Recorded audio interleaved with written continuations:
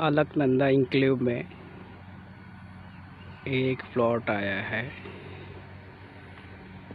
ये आपका गेट से 40 फीट की रोड है। ये पार्क है आपका।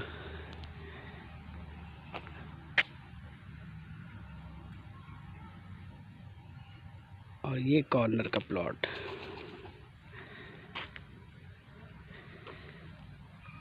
बगल में मकान बने हुए हैं।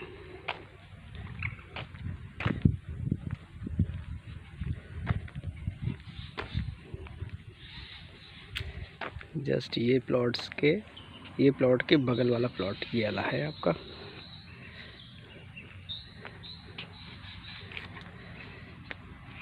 कॉर्नर का है। ये सामने 40 फीट की रोड है। ये 30 फीट की है। ये आपका पार्क है।